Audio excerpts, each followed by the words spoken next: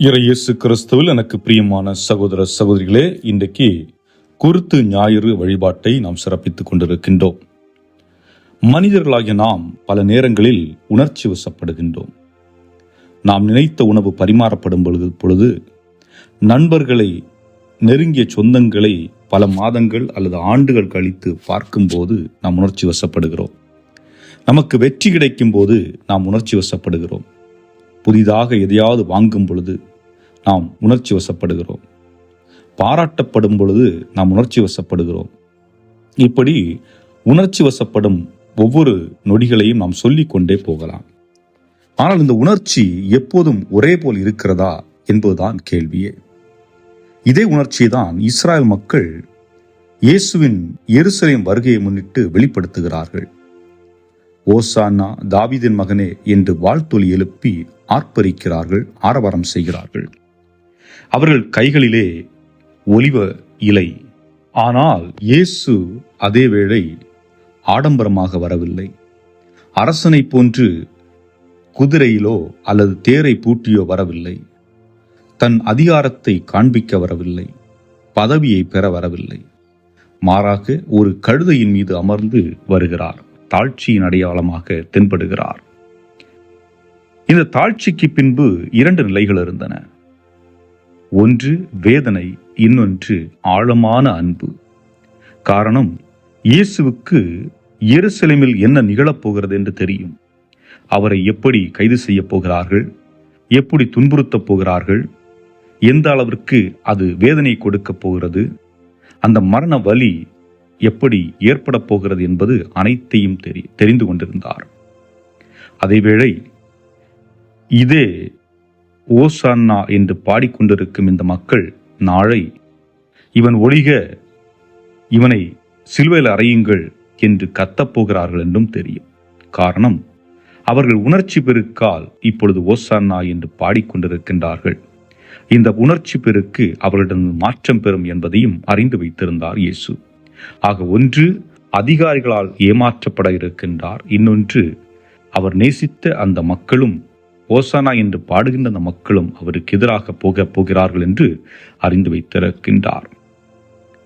ஆனால் அவர் அந்த மக்கள் மீது அன்பு கொண்டிருந்தார். ஆழமானது அவரது அன்பு, அதில் எந்த மாற்று கருத்தும் இல்லை. ஒரு குடும்பத்திலே ஜானகி என்ற ஒரு பெண்மணி அல்சைமர் என்ற நோயினால் பாதிக்கப்பட்டிருந்தார். அல்சைமர் என்று சொல்லுகின்ற பொழுது அவரால் எதையும் நினைவு கூற முடியாது, அனைத்தையும் மறந்து விட்டார் என்று பொருள். ஆக முதலில் தன் சொந்தக்காரர்கள், உறவுக்காரர்களை மறந்து போகின்றார். பின் தன் குழந்தைகளை மறந்து விடுகின்றார். இறுதியில் தன்னுடைய கணவர் கிருஷ்ணமூர்த்தியை மறந்து விடுகின்றார். இந்த சூழலில் அந்த பெண்மணியை சுத்தம் செய்து குளிப்பாட்டுவது, உணவு கொடுப்பது, அவருக்கு வேண்டியது எல்லாவற்றையும் செய்து அவரை பராமரிப்பது வேறு யாரும் அல்ல, அவரது கணவர்தான். ஆனால் அவருக்கு யார் என்று தெரியாது. தன்னுடைய கணவரையே அவரால் நினைவு கூற முடிவதில்லை. யாரோ ஒருவர் வருகிறார், வந்து ஏதோ செய்து கொண்டு போகிறார் என்பது மட்டும்தான் நினைவில் இருக்குமே ஒழிய அடையாளப்படுத்த முடியாது. இப்படிப்பட்ட ஒரு வேதனையான சூழல்.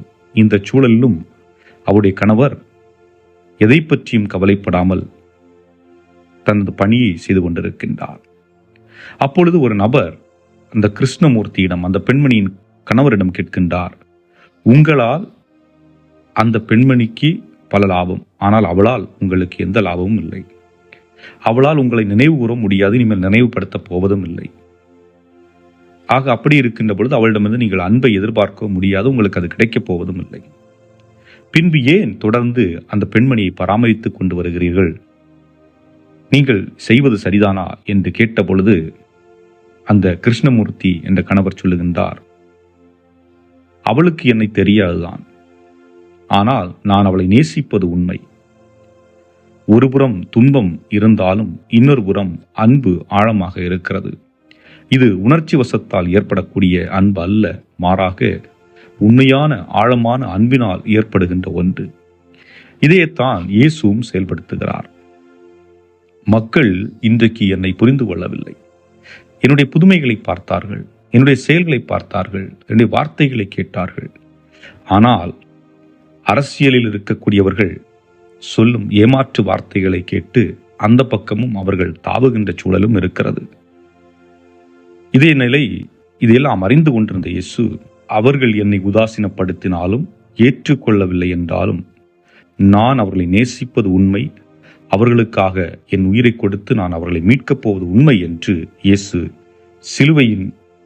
சிலுவையை ஏற்றுக்கொள்வதற்காக எருசலேமுக்குள் பயணிக்கின்றார். அன்புமிக்கவர்களே, சிந்தித்து பார்ப்போம். இன்று நமது குடும்பங்களில் பிரச்சனைகள், பிரிவினைகள், விவாகரத்துகள், இவற்றிற்கான அடிப்படை காரணம் என்ன? வேறு ஒன்றுமல்ல, உணர்ச்சிகள் தான். நான் விரும்புவது போன்றில்லை, எனக்கு பிடித்தது போல் இல்லை, நான் எதிர்பார்ப்பது போல் எனக்கு அமையவில்லை, நான் விரும்புவது ஒன்றாக இருக்கிறது, நடப்பது வேறொன்றாக இருக்கிறது என்று உணர்ச்சிகளுக்கு முக்கியத்துவம் கொடுக்கின்ற பொழுது, எதிர்பார்ப்புகளுக்கு முக்கியத்துவம் கொடுக்கின்ற பொழுது அது தோல்வியில் சென்று முடிவடைகிறது.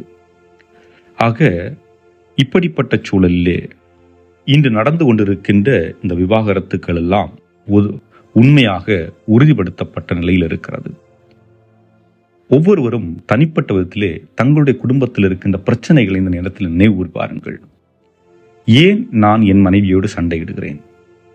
எதற்காக நான் என் கணவரோடு சண்டையிடுகிறேன்? நான் கேட்பது வாங்கித் தரவில்லை என்றால், அல்லது நான் நினைத்தது போல் சமைத்து கொடுக்கவில்லை என்றால், அல்லது நான் வெளியே போக வேண்டும் என்று ஆசைப்படுகிறேன், என்னை அழைத்துச் செல்லவில்லை என்றா, எனக்கு போதிய நேரத்தை கொடுக்கவில்லை என்றா, என்னோடு அன்பாக பேசவில்லை என்றா, எனக்கு உரிய மதிப்பு கொடுக்கவில்லை என்றா, இதில் ஏதாவது ஒன்றும் இருக்கலாம். அல்லது உங்களுக்கென்று பலவிதமான எண்ணங்கள் இருக்கலாம். அவற்றை எண்ணி பார்த்து, இது உணர்ச்சி வசப்பட்டு உணர்ச்சி பூர்வமாக நாம் செயல்பட்டு குடும்பங்களை சிதைத்துக் கொண்டிருக்கின்றோமா, அல்லது இதில் அன்பு இருக்கிறதா என்று பார்க்க வேண்டும். ஏனென்றால் அன்பு என்றால் என்ன? நான் என்னை முழுமையாக அர்ப்பணித்தல், தியாக அர்ப்பணம். தியாக அர்ப்பணத்தின் பேர் தான் உண்மையான அன்பு.